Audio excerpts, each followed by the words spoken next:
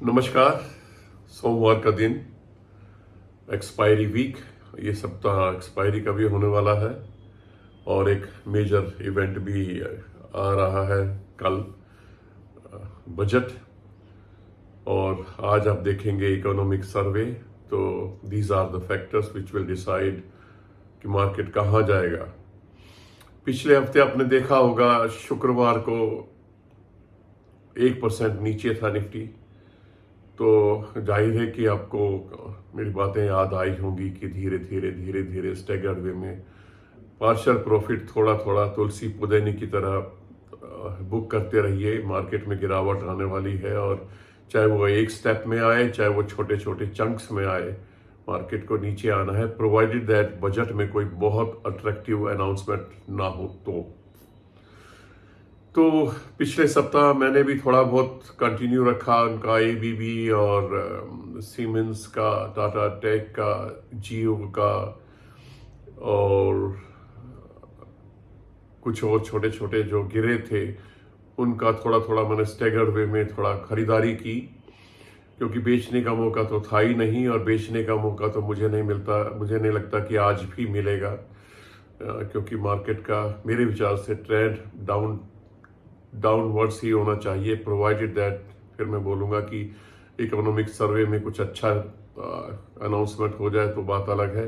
Budget में कुछ बहुत आकर्षित करने वाली कुछ योजनाएं, कुछ सेक्टर स्पेसिफिक घोषणाएं हो जाए, कैपिटल गेन्स की घोषणाएं हो जाए, इनकम टैक्स की हो जाए, कुछ अलग तरह के अट्रैक्शन वाली घोषणाएं हो जाएं, तो बात अलग है। अदरवाइज मुझे लगता है कि ये ट्रेंड जो है नीचे की तरफ ही रहना चाहिए। अब ऊपर नीचे स्टॉक स्पेसिफिक एक्शन तो रहेगा। इनडायरेक्टली मैं ये कहना चाहता हूँ कि मार्केट वॉलेटाइल ही रहेगा अभी, क्योंकि कुछ नतीजे खराब भी आए हैं। जैसे कि विप्रो का देख रहा था, विप्रो का एडीआर 11.6% नीचे था। रिलायंस का रिजल्ट भी आया। रिलायंस के रिजल्ट को मार्केट किस तरीके से देखता है हमारा, वो तो आज वक्त बताएगा। लेकिन जीडीआर 4% डाउन था। जीडीआर तो मेरे ख्याल से आप जानते ही होंगे, जीडीआर यूके मार्केट का होता है और एडीआर यूएस मार्केट का होता है। इसके बाद देखते हैं कि उम्मीद लगाए बैठे हैं लोग कि शायद ट्रम्प साहब आएंगे तो शायद मार्केट के लिए और ग्लोबल अच्छा ही रहने वाला है मेरे विचार से। जिस तरह की उनकी पॉलिसीज होती हैं, और वो थोड़ा स्ट्रिक्ट भी होते हैं अपनी पॉलिसीज में, और वैसे भी जुगलबंदी बन रही है उनकी कुछ बड़े बड़े उद्योगपतियों के साथ, तो शायद अच्छा हो। और ट्रम्प साहब की उम्मीद लगाई जा रही है कि उनके चांसेस बढ़ रहे हैं। रेट कट की उम्मीद भी बढ़ रही है। अब लग रहा है कि सितंबर से पहले भी हो सकता है। हमने तो सोचा था कि सितंबर तक शायद एक ही होगा मुश्किल से, लेकिन अब लग रहा है कि अगर अब जल्दी हो गया सितंबर से पहले एक, तो दूसरे के चांसेस भी बढ़ सकते हैं। तो रेट कट भी जो है एक अच्छा बूम हो सकता है मार्केट के लिए। लेकिन ये तो अभी बहुत वक्त बताएगा क्या होता है। अभी तो कुछ पता नहीं है कैसे होने वाला है। तो HDFC में शायद थोड़ा सा पॉजिटिव ट्रेंड रह सकता है, क्योंकि उसका रिजल्ट मार्केट ठीक देना चाहिए।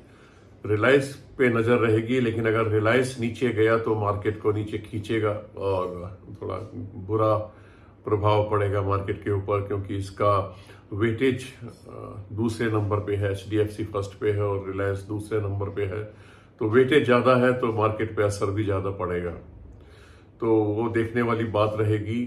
विप्रो तो मुझे लगता है कि नीचे ही रहेगा। अगर आप इच्छुक हैं तो विप्रो पे नज़र बना के रख सकते हैं। मेरा इंटरेस्ट इसमें रहता नहीं है। हालांकि मेरे पास पुराने कुछ अभी रिसेंटली जब ये 460 के करीब था तब के शेयर कुछ पड़े हैं, मैंने वो रखे हुए हैं। लेकिन अब प्रॉफिट बुक करने का टाइम भी मुझे नहीं मिलेगा, तो वो पड़े ही रखूँगा मैं। तो आप भी कोई पैनिक ना करें अगर आपके पास है तो, या और भी जो गिर रहे हैं, मार्केट गिर रही है, पैनिक करके बाहर निकलने की कोशिश ना करें। ये उतार चढ़ाव तो चलता ही रहता है। बुल्स एंड बियर्स की लड़ाई ये एक दस्तूर है जो चलता रहता है, और जो लोग इसका फायदा उठाते हैं वो पैसा बनाते हैं, और जो लोग पैनिक में आके बेच के बाहर निकलने की कोशिश करते हैं वो फिर मार्केट को गाली देते हैं कि ये तो सब बेकार है, सब लोग बेकार की बकवास करते हैं। तो आपके ऊपर है, आप जमे रहना चाहते हैं, और मुझे लगता है जमे रहने के लिए तो आए हैं आप। कोई लॉटरी थोड़ी है कि आप आज खरीदा कल बेच के बाहर निकल जाएंगे और करोड़पति बन जाएंगे, ऐसा होता नहीं है मार्केट में। जितना टाइम देंगे, जितना कंसिस्टेंटली आप निवेशित रहेंगे, करते रहेंगे डिसिप्लिन वे में, और उसी के बाद ही आपका पैसा बनता है।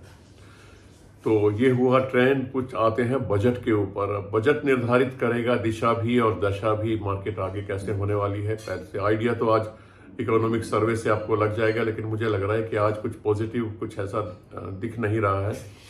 तो वोलेटाइल रहेगी मार्केट, और कुछ स्टॉक स्पेसिफिक एक्शन रहेगा। वो लोग तो अच्छे रिजल्ट वाले तो बढ़ेंगे, और जिनका कुछ है नहीं वो थोड़ा नीचे आपको खरीदने का मौका देंगे। तो आप अगर पैसा रखे हुए हैं, पैसा बैंक में लाए हैं, तो आपको खरीदने का मौका मिलेगा। मैंने तो आपको बताया था कि मैंने बुधवार या शायद वीरवार को थोड़ा थोड़ा बेचा था, तो कुछ फ्राइडे को कर दिया, और कुछ आज देखूंगा कि मैं क्या खरीद सकता हूं। उसके बाद मेरे पास भी पैसे नहीं हैं, और मुझे लगता है बेचने का मौका तो आज मिलेगा नहीं, लेकिन कुछ और दूसरे अकाउंट से आएंगे तो मैं भी कोशिश करूंगा कि कुछ एक्युमुलेशन करूं, कुछ जोड़ूं, आगे कुछ बढ़ाऊं, क्योंकि ये मौके इस हफ्ते मिलने वाले हैं आपको। और देखते हैं बजट में क्या होने वाला है। इसके बाद फार्मर्स के ऊपर अगर मुझे लगता है गवर्नमेंट कुछ अनाउंसमेंट कर दे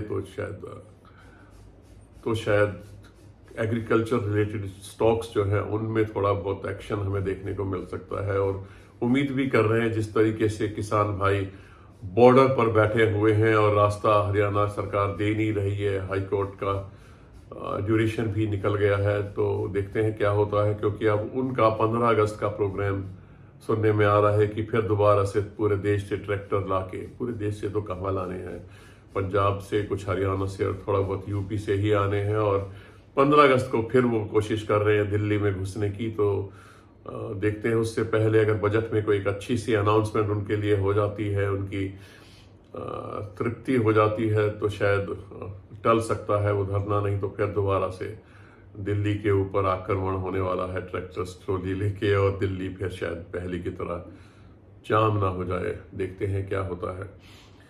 चलिए, इसके बाद हम बात करेंगे कि हमें क्या करना है। हमें सिर्फ स्टॉक स्पेसिफिक जो हमारे स्टॉक्स हैं उन पे नजर रख के बैठना है।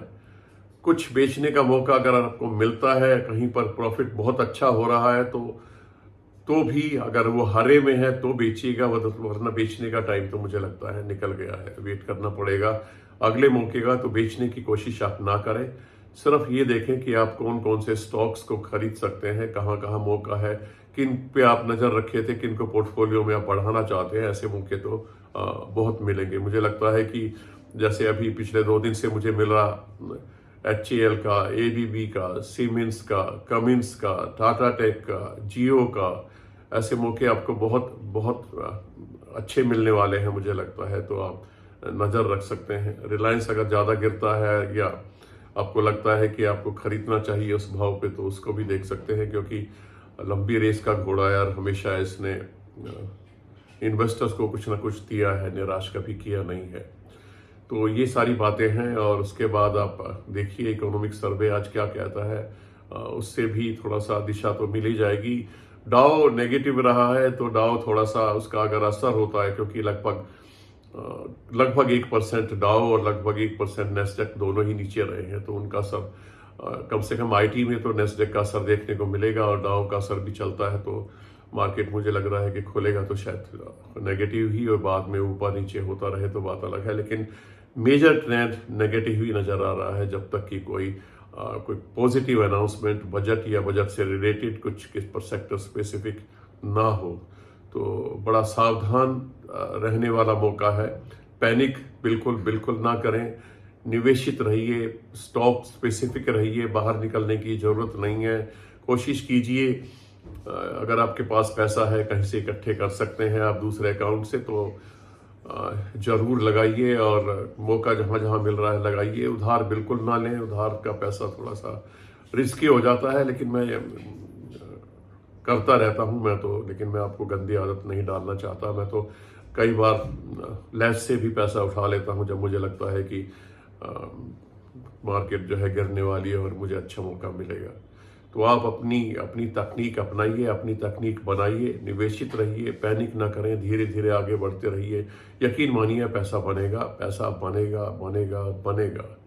चलिए कल मैं सोच रहा हूँ कि कल मैं 100 रुपये से कम वाले स्टॉक की एक लिस्ट बना के आपके सामने प्रेजेंट करूँ, जो मुझे लग रहा है कि ज़्यादा रिस्की नहीं है और खरीदे जा सकते हैं। उसके बाद फिर 200 वाली और उसके बाद फिर 300 वाली, इस तरीके से लगातार 2-3 लिस्टें मैं बना रहा हूँ और उसके बाद फिर आपके सामने प्रेजेंट करूँगा। तब तक के लिए धन्यवाद।